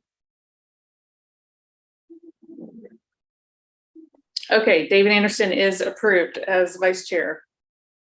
The next item of business is appointment of new advisory committee members to the Master's Level Psychology Advisory Committee. We are approving Bruce Johnson, Jennifer Schreiner, and Robert Pedroza. Do they need a motion? No, you No. can just point. Okay. Next is the appointment of Linda Heitzman Powell as Chair of the Behavior Analyst Advisory Committee. Next is the appointment of the public board member David Stevens to the Licensed Psychology Advisory Committee and Master's Level Psychology Advisory Committee. The next one is appointment of David Fye as an emergency backup representative for the Professional Counseling Multi-State Compact Commission, which was discussed earlier today. The appointment for the board members to license hearing panels is the next item. Okay. And so we've talked about this in the past, but essentially what these items relate to is when an individual applies for licensure and they have been denied, an order is issued for them that describes the reasons why they were denied for licensure, and they have the ability to request a hearing on it. And so the board determined last fall to utilize hearing panels made up of a handful of board members for that purpose. It would include the board member for that profession, if there was a board member for that profession, at least one public member, and then the other three would just be any kind of board members that would serve on that hearing panel. And Tim Resner is our new legal counsel. And with new legal counsel, we may look at utilizing maybe the Office of Administrative Hearings or another entity to facilitate some of those hearing panels. But I think in terms of the main appointment process, that would still work the same way that it's been done in the past, with board members hearing those matters come before it for the hearing, and then being able to make a decision based on the facts and the evidence that's presented for that. So, so basically, there are two different individuals who have requested a hearing. One of those was an individual who had been denied for a professional counseling license. So this would be appointment of the following board members to that hearing panel. It would be Mary Jones, Laura Shaughnessy, Jackie Lightcap, Cynthia Schendel, and Linda Heitzman Powell. And I don't have a date for when that would be, but essentially the first step would be to appoint the hearing panel and then talk to those individuals, talk to the individual requesting the hearing, and make sure that we have no conflicts with that date. And then that will be scheduled sometime in the future. In the meanwhile, we can talk to those board members, clarify any questions they have about their role in the process. The other, and I'll go ahead and read these off first, and then Mary, if you want to go ahead and just confirm that these are appointed, that would be good. The second would be an individual who had applied for a license for a master's social work license. And the board members appointed to that hearing panel are Dave Anderson, Andrea Perdomo Morales, Jim Kilmartin, Richard Nobles, and Donna Honer-Quayle. And as we have other appointments in the future, any board members who were not part of these two hearing panels will be on the next one that comes up in the future whenever that occurs. So I would ask for perhaps a direction from the chair of the board to appoint those members to those panels. I so appoint those members of the to the hearing panel. You don't need me to read their names off, do you? Nope. Okay, excellent. Okay, the next item was a formal adoption of proposed temporary regulation changes on fees. Roll call vote. Yes, so I will start to frame this, but I know Leslie Allen has more familiarity with the regulations, and so Can we adopt them before the Do we need to hearing? postpone it? or- no, so That's right. yeah, this has kind of been something that has been, we've been Yes. trying, hot off the press would be a good way to describe it. We've been trying to move as fast as possible while making sure we're still following the correct order. And so I've been in conversations with the Department of Administration and the Secretary of State's office. So for permanent regulations, there's a process that calls for the regulations to be drafted. Provide approval from the board first with the drafting of those regulations. And then once the board is approved, they would go over to the Department of Administration for review. And then if there's any issues, they have those come back. It goes to the Attorney General's office for review. If they have any issues, that would come back. And then once the Attorney General has reviewed them for permanent regulations, there would be a process to which we would hold them open for a period of time for public comment. We would have a public hearing. There would be a committee called JCAR is how it's referred to, but it's the Joint Committee on Administrative Rules and Regulations that would also review these with the agency and provide feedback and any thoughts or concerns. And then ultimately, after that period had run, they would be published, and then the board would actually have to do a roll call vote to permanently adopt those permanent regulations. So that's the process for the permanent. Temporary, it's a little similar. However, the temporary regulations are something where if it's a time-sensitive manner, it allows the agency to put these in place first to be followed by permanent regulations. And so we have drafted these. Leslie did a large amount of this drafting, and then it was submitted to the Department of Administration. And then as of last week, it was with the Attorney General's office for review. We just got that back this morning, right before the board meeting, and they did not have any proposed changes. So that has been approved. I talked to the Secretary of State's office. There is still, for temporary regulations, there's a body that needs to review these that's separate from that Joint Committee on Administrative Rules and Regulations.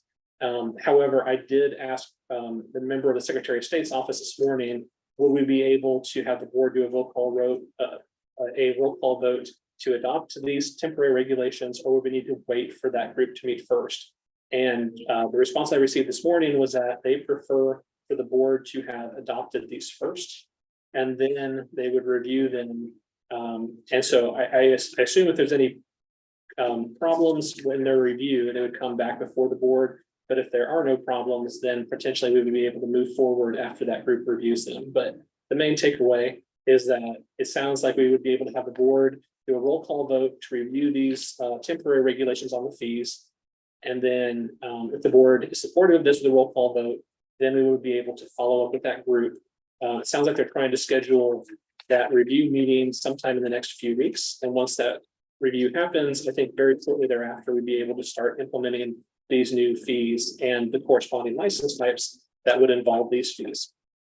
And essentially, that's all you have in terms of regulations in this packet. There's a lot of other items that have been underlined that are basically the history of some of these regulations, as you might understand with fees, as there are changes over time. You would have different history references, but these have to do with some of the amounts the board has weighed in on in terms of the community-based licenses for the supervisors, setting a specific amount there, the fee for the SIPAC, home state privilege to practice under that SIPAC compact. There is a lot of different fees that have to do with the new license types that were included in Senate Bill 131. There is also a modification that the board voted on earlier this year to lower some of the temporary license fees. Previously, some of those temporary license fees were higher, but for consistency and to benefit the licensees, there was a vote by the board to make all of those temporary license fees $50. And so there is a fee decrease as part of these fees as well. So, and as I mentioned, there's 7 different professions. So you will likely see similar changes in many of the different sets of regulations. And so the bill set the statutory authority for us. They set a cap, and then this fee has to be underneath that cap. And so this would actually be the specific amount to be charged for those fees. So I would maybe look for any questions, or Leslie, you have anything more to add on this? Oh, I was just gonna say you have to do a roll call vote when you approve the regulations. I didn't know if we brought a checklist or if I just write it in. I have a list of the Okay. roll call from Okay. the start of the meeting. That's what I was, that's what I Okay. was looking at here, so I'm happy to do that piece. Okay. So someone has to move second and then a roll call vote. So can we have on the table a motion to approve the temporary regulations? Do we have to put a certain language in there? I just want to be. Want me to list the regulations? Yes. 102-1-1-13, 102-2-3, 102-3-2, 102-4-2. Sorry, Dave. 102-5-2 and 102-7-2. So moved. Thank you, Cynthia, second. I'll second. Thank you, Dave. All those in favor, please say aye. Aye. Oh, My mistake. Dave Anderson, Aye. Linda Heitzman Powell. I don't know if she can still hear. Oh, okay, yes, Thumbs up. okay. Jacqueline, Aye. Andrea Padroma Morales, Yes. Cynthia Schindel, aye. David.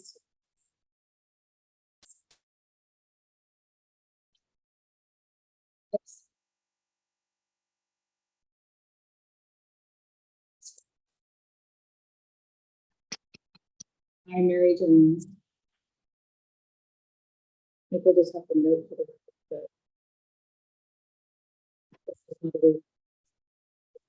Oh, is she back? Deb, can you hear us? Okay, I'm here. Doing a roll call vote. now. Are you in favor? Yes.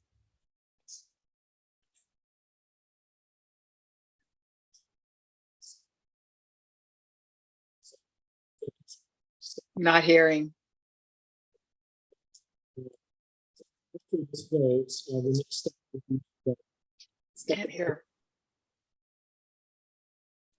have to review all of these, and so that hopefully will happen sometime in the next few weeks. Okay, next item is any BSRB action items for the passage of Senate Bill 131. Looks like we have discussion on expedited license review process. Yes. Okay, so one of the items that was included in sub for Senate Bill 131 called for it's actually in section 2, item B1, and I don't have a copy of this language in your packet, but I'll just go ahead and read it out loud. It says the Behavioral Sciences Regulatory Board shall adopt rules and regulations to establish an expedited application process for any license, registration, permit, or certificate issued by the board.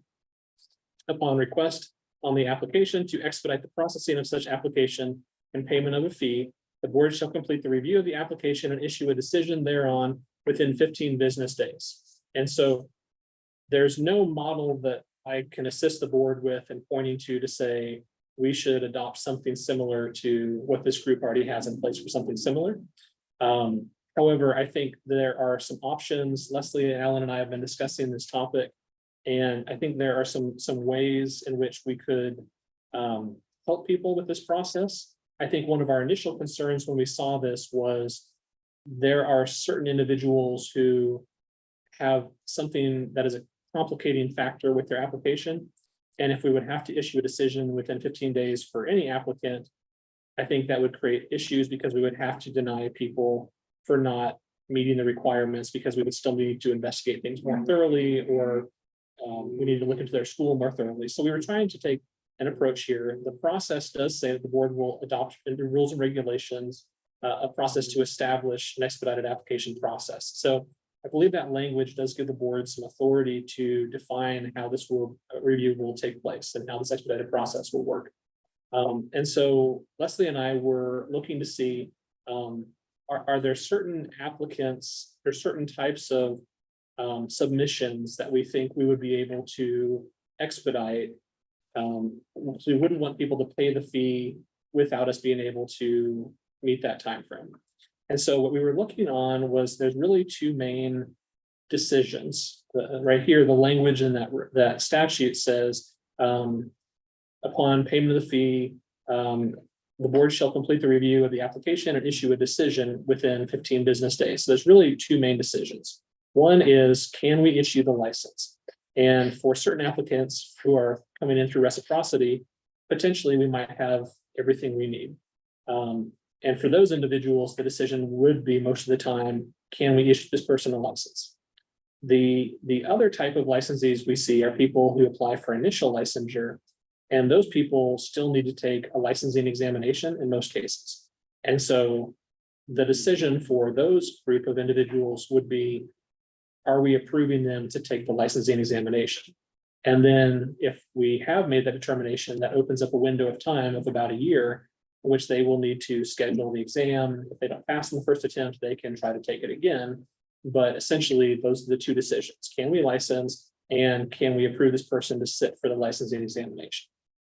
And so we were discussing what types of applicants we might be able to develop a policy around. And then we wanted to bring this to you to get your feedback too and some thoughts. So in terms of what we need, we would need to make sure that their educational material was complete. For example, right now, there is some language that certain applicants can apply before they have completed their program. Well, if we don't have verification of the degree, there's no way we can verify that they've met the requirements. So those individuals would not be eligible because it wouldn't make sense for that process to start. So they would have to have a completed education program, and also in a way where that can be reported to us through a transcript. It can't be probably the day that they take their last final, because it's not going to be ready to be sent to us. So it have to be a final and then available for us to receive. Secondly, we would need for them to have attained their education from a program that is accredited by one of the national accrediting bodies recognized by the BSRB. That is helpful for us, because if we don't have that way of verifying it, that's when we need to contract with experts for the review of those programs. We need to verify, do you have substantially equivalent requirements? Do you meet the requirements in the regulation? So for those group of people that are not from one of the national accredited programs, those take further review. And so to be able to do this quickly, we would say it would be helpful for us as part of this policy is if someone got their education from a national accredited program. Also, These would need to be people that have no past felony convictions or other items on one of the forms. There's a series of questions about, does this person merit the public trust? And I think if any of those items come up, those require further investigation. So we would need to have basically a clean report to that extent so that we wouldn't need to do further investigation into those different issues. Not to say that that would keep them from being licensed, but we would know it would take more time. So those individuals perhaps wouldn't qualify in this expedited license model. And then also we would need some way for them to verify to their knowledge there are not issues from their references. It wouldn't be helpful for them if they submitted materials knowing that one of their references was going to put huge red flags, which of course we would have to investigate. So we would need for them to verify that to their knowledge, there would not be significant issues from the references or something like that. Another item we would need to also clarify is that we would need certain information for their application to be considered complete. So we would need to have those materials provided to us. One of those is payment of the application fee, and then filling out the application, the educational materials. So we need to make sure we have a complete application to move forward. There is also a license fee that we do not ask people for until the conclusion of our review. Part of that is because by statute, we are not allowed to give refunds. So if we collected that license fee at the beginning, and then they didn't meet the qualifications, we would have to keep that license fee, even though we couldn't get them a license. But it also doesn't make sense for us to do this expedited review and then have to give them a license if they're not going to pay the license fee. So we would have to have an understanding that once we completed our review, we still could not issue the license until they had paid the license fee. So these were our initial items that we had selected that we wanted to bring to you for discussion. Because we do think that there is a way that we can, if someone has all their materials and we have collected these, if we have a complete application, we think we can meet what we think is the spirit of the intention of this statute. But we also kind of have had discussions about what are the complicating factors that take more time. And we wouldn't want people to think anyone's eligible for these if they have these complicating factors. So I thought I would just kind of open it up for discussion or questions and see what you thought about these items of discussion. I think those are very well thought out guidelines, and I would concur with what you come up with. I like the idea that there would be a sort of an assessment first of whether you could qualify for that expedited consideration, and for the reasons that you stated.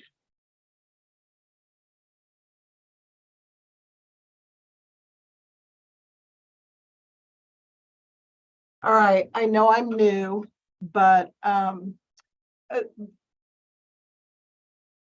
I understand the concern that we would get applications for an expedited review, and if they didn't qualify, if they paid money up front, that we couldn't refund their money and we would have it. But is there a way that we can review this next year and see what % of the expedited review applications resulted in denial? Because if we start getting a high number of those, and then the staff are putting in time, energy, and effort to review the materials, that's a cost that's associated with that. That would not be compensated for if we didn't get the fee upfront. Does that make sense? Well, I believe this was going to go into a regulation so that the person would know before they applied for an expedited license whether or not they could even do that. If they answer yes to any of the merit of the public trust questions, they can't have an expedited process. Okay.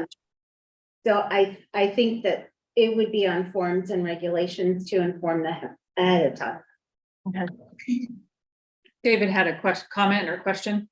Well, it was along the same lines as what Linda was saying, although Linda is much more thoughtful about it than I was. I was just going to suggest charging and telling people this is non-refundable, if you're applying for an expedited license, just understand that that's the risk you're taking, and that would then eliminate some of the uncertainty and delay. That doesn't seem unreasonable to me. Yeah, I appreciate those comments too. I think just having the background of understanding sort of the push in this last Senate Bill 131 of expediting licensure, and this thought that the BSRB is somehow not working as quickly as possible, when the reality is that most of the time when applications are delayed, it's because the applicant has something that's substantially missing or not able to document appropriately. For example, I think about accreditation of the school, because that seems to come up quite a bit, where we will have big delays in those pieces. So to me, there is sort of a nice friendliness to say, here's the list of things that make you eligible for an expedited license, and then there's no question about that. So I'm definitely in support of this type of criteria being placed out ahead of time for folks. I agree. I think it creates a nice balance. Because what we don't want is then to put a bunch of people unhappy because they paid and then were denied. Giving that a list that says, if any of these are issues for you, it's in your own best interest not to go down this path. Yes. I think that's a good way to do that. I agree. Yeah, and we want to be fair to the applicants, and I also want to be fair to my staff too. Yeah. I don't want them to have a lot of unhappy people because we made a quick decision and it was a quick denial. And so I think the goal here is to have a clean group of applicants that can just move through real quickly if they meet certain criteria. And I think that's possible. But I was curious if there were any other items that you all wanted us to kind of add to this working list, or if anything else came to mind. I know some of you have been part of some of those license hearings. Some of you guys have sat on the CRC. If there was anything else that came to mind that you thought might be a factor that could slow down the process, we wanted to include those things too. I was thinking about previous complaints, but that's on the merit, the public trust yes or no Yes. questionnaire, so that would eliminate that. That's my thought. I think we Cindy? just, yeah, I think we just need to be aware that the people who testified in the Senate hearing about this issue of expedite, they were people that did not graduate from an accredited school and were upset because it took a long time, their schools didn't respond, and so they're even though the wording of what got passed didn't say that, their expectation or their hope was that we would just decide that all social work schools would graduating from any social work school would qualify. So I think this is going to help a lot of people who have a clean application and can check the boxes, but there's still going to be that group that's going to be upset and think that the board is not responding to their application quickly enough. Cynthia, I appreciate you bringing that up. There have been some very beginning conversations, as we're continuing to evaluate our licensure process. We really, I think in certain cases, we really do try to be generous to applicants to try to see if they can meet the requirements for licensure. And sometimes that does mean more time, but we really want to try to license people if we can. But we do a number of things here in the office where if we don't have enough information, we start collecting that information ourselves in a lot of cases. And I think we may bring back some discussion to the board about ways that maybe we can move that to the applicants and make it more of their responsibility to have us in that process, or maybe have them collect it as part of what they need to show to meet the requirements for licensure. But I think that would also address maybe some of the questions as far as people, when they have a question about the time frame for licensure, if we're working on things behind the scenes and we're trying to work with their schools to collect that information, if we could have them as more of an active partner in that, collecting it on their own behalf, I think that might be helpful in that process too. So we're continuing to work on stuff, these different items for the licensure process in general. but we also want to work on this one, this item specifically as sort of a model, knowing that there are those issues with the non-accredited schools that we want to continue to kind of work on to address as well. So, And that the non-accredited, if they're not professionally accredited programs, then they're gonna take longer. It just, there's no way to get around that, so. One more dumb question. Is there a way to publish for people? These are the schools that BSRB has evidence of accreditation for, so that people know in advance whether or not this is something that's going to fly through versus where work is going to be done. And then maybe we could say, if your school isn't on this list, then understand your school is going to need to, provide X. And maybe suggest that they not do the expedited fund in that circumstance. But again, I'm unfamiliar with whether or not that list changes so frequently that it can be maintained.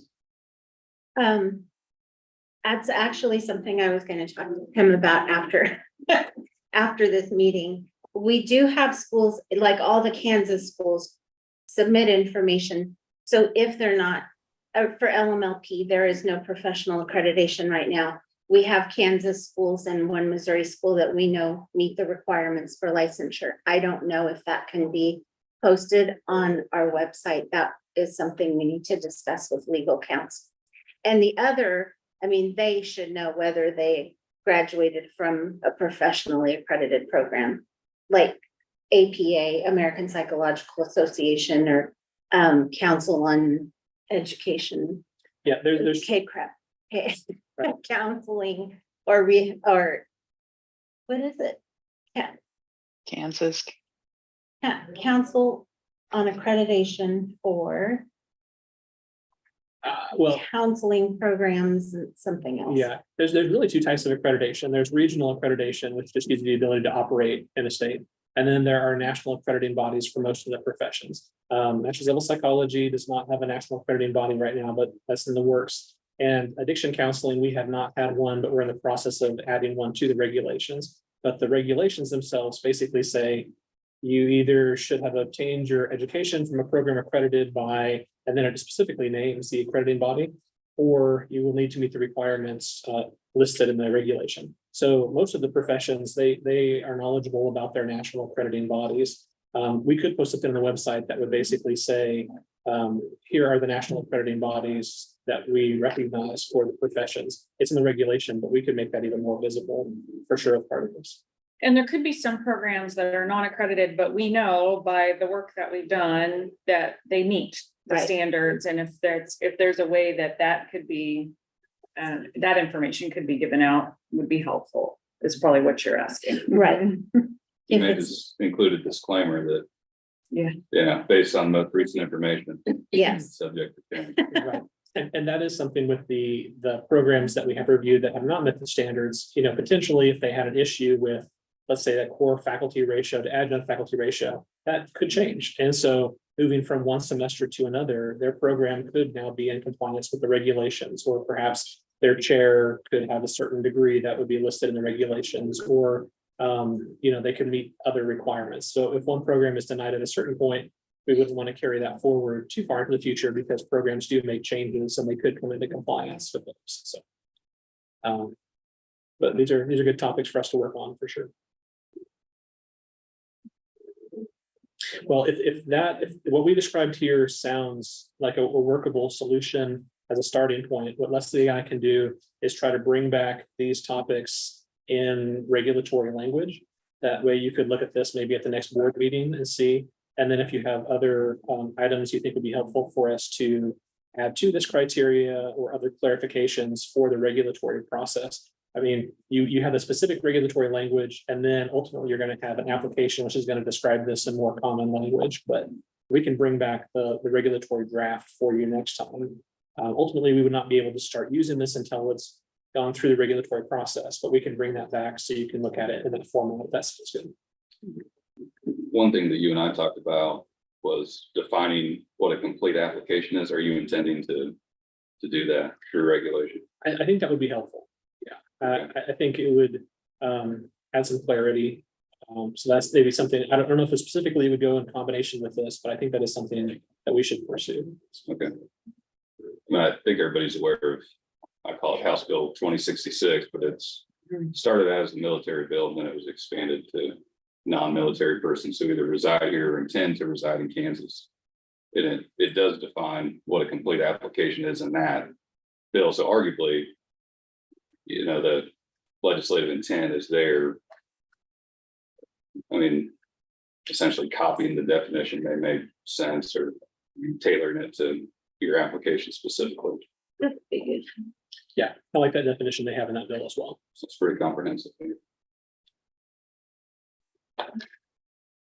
Okay, next you have discussion on standard date and time for CAPA meetings for the remainder of 2023. Yes, so for about the last year and a half, I believe, we have held so if the BSRB is able to approve individuals for licensure without any kind of complication, we move forward on those as we receive those. But there are certain individuals that by statute, we need the board to vote on.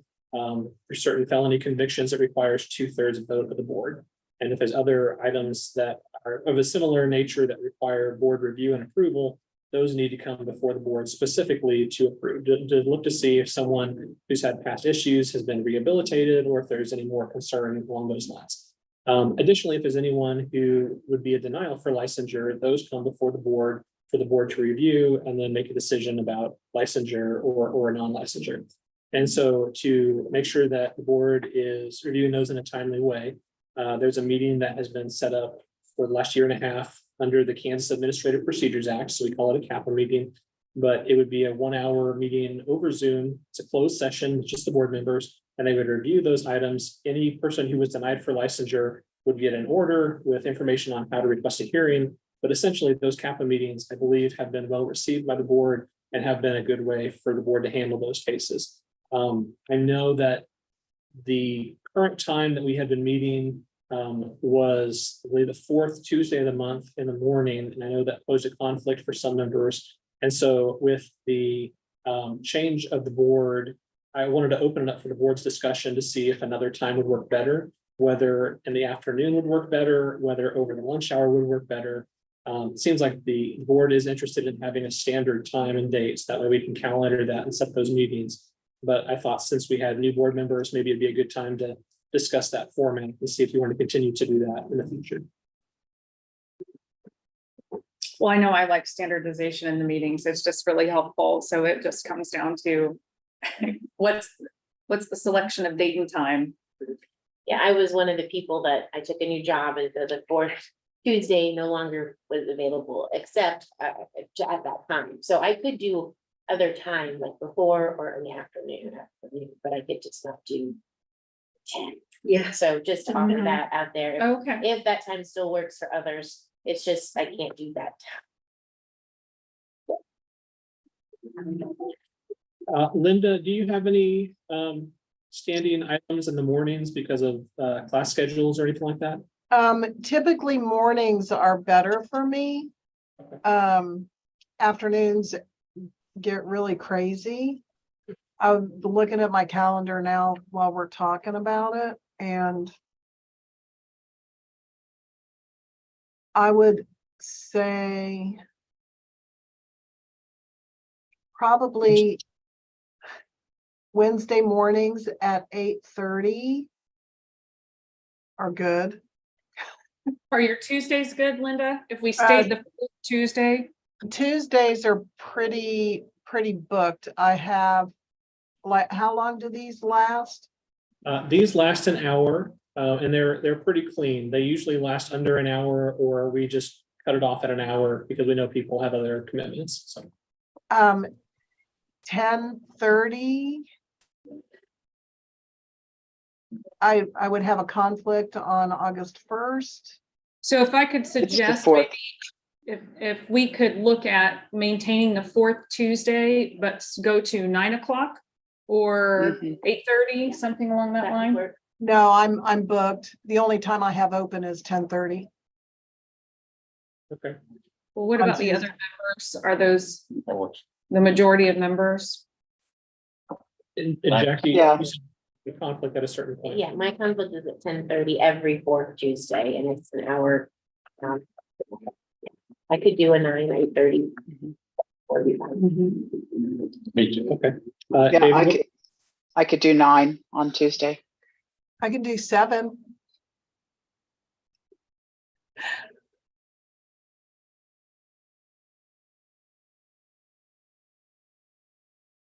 You know, once they get set, I have a standing 9:30 meeting. 9:30 to 10:30. I could survey the attendees at that meeting at some point and see if we could shift that meeting. okay. So what time sounds the best for everyone? It sounds like Tuesdays in the mornings would still work, but so are we looking at 8:30 or is it 9? 8:30 or 9 works. 8:30 to 9 is For fine. most everyone here. Okay. So 8:30 sound good? Okay. Okay. Well, how about if we plan for 8:30 on the fourth Tuesday? And then that would go from 8:30 until 9:30. And knowing that there will be some things that come up for certain board members, but as long as we have a majority, we should be able to handle in most cases. We do need to have 8 board members when we need the 2/3. But let's go ahead and plan for that and we'll kind of use that going forward. excellent. Sounds great. Thank you. So will that apply for this next, July, for the July. or I guess there are there? Yeah, we need to schedule that. We would need- Every month. Yes, right? monthly, Every and month. we have not scheduled July's meeting yet, so it would apply. So Right. 25th. Do you see anything on our calendar for that? Yeah, July 25th. Hold on. Okay. I think we did.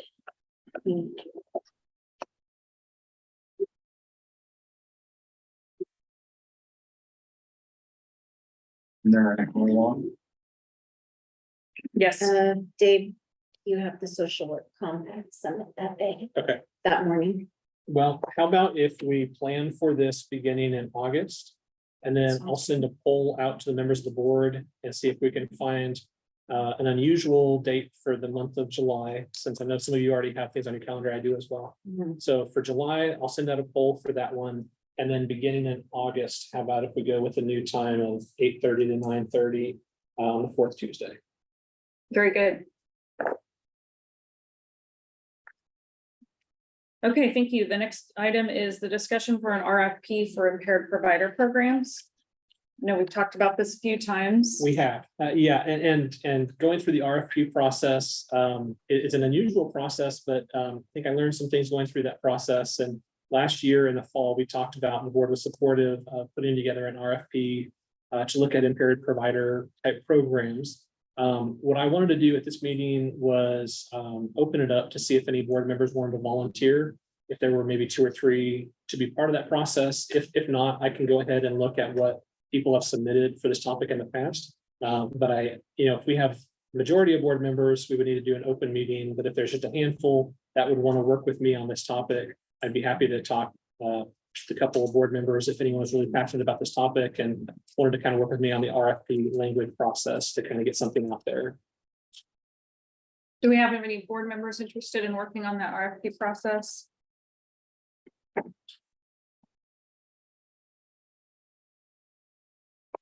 I'd be happy to help with that, David. Okay. Anyone else interested in that?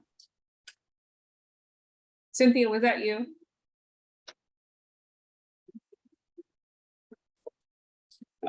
Oh, yeah, I think you muted. I didn't say anything, but I would be willing to help with that as well.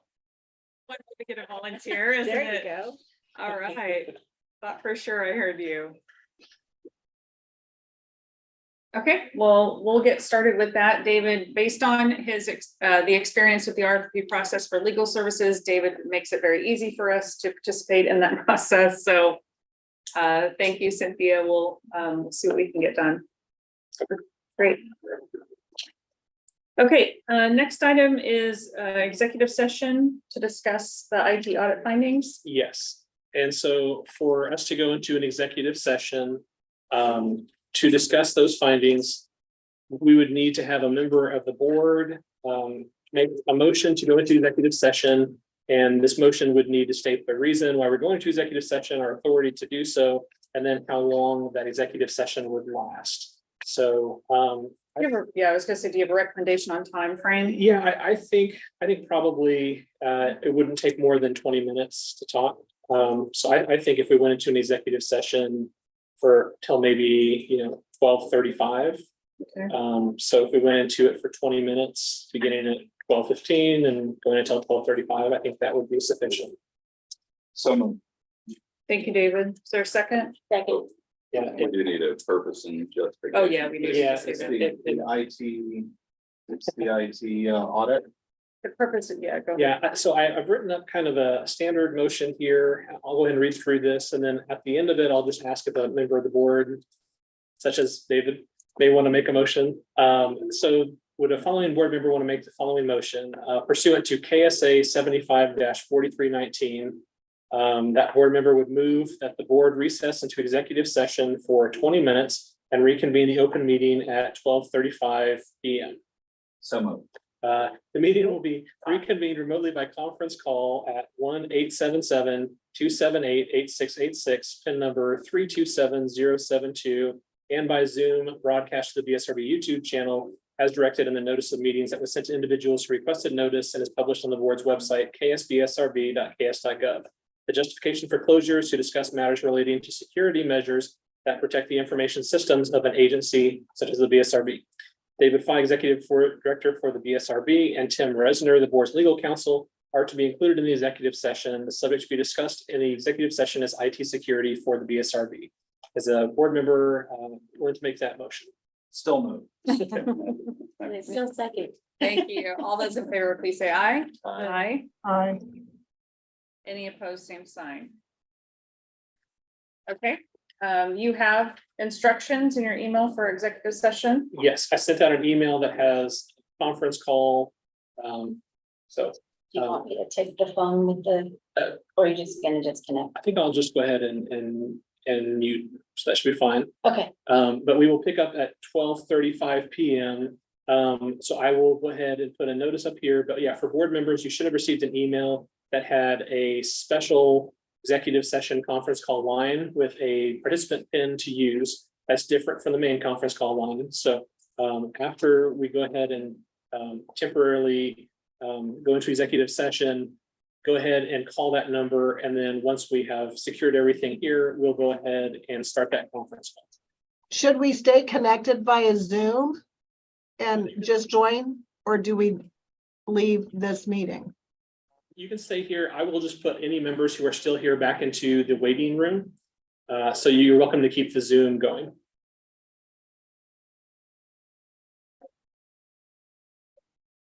So we will be back at 12:35.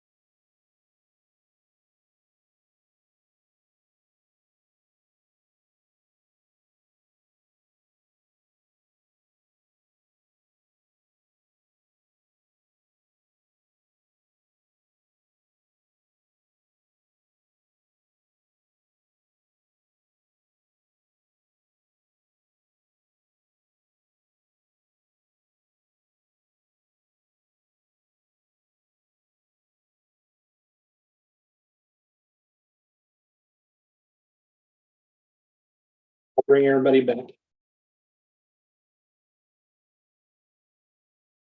And then if you want to open the door, I don't know if Leslie or Tyler are still there, but that would come back into.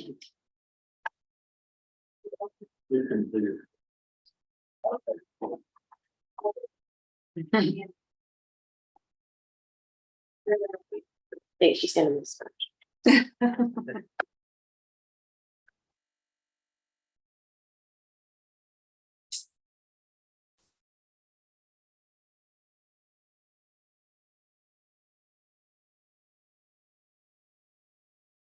Are we good? We are back. Okay, thank you, everyone. We're back in open meeting and according to our agenda, there were no additional items that we needed to discuss today. Unless someone has an objection to that right now, our next item would be adjournment. So moved. Thank you. Second, Second. all those in favor say aye. Aye. Thank you. It's great to see you. Deb, thanks again. Thank you. Bye-bye.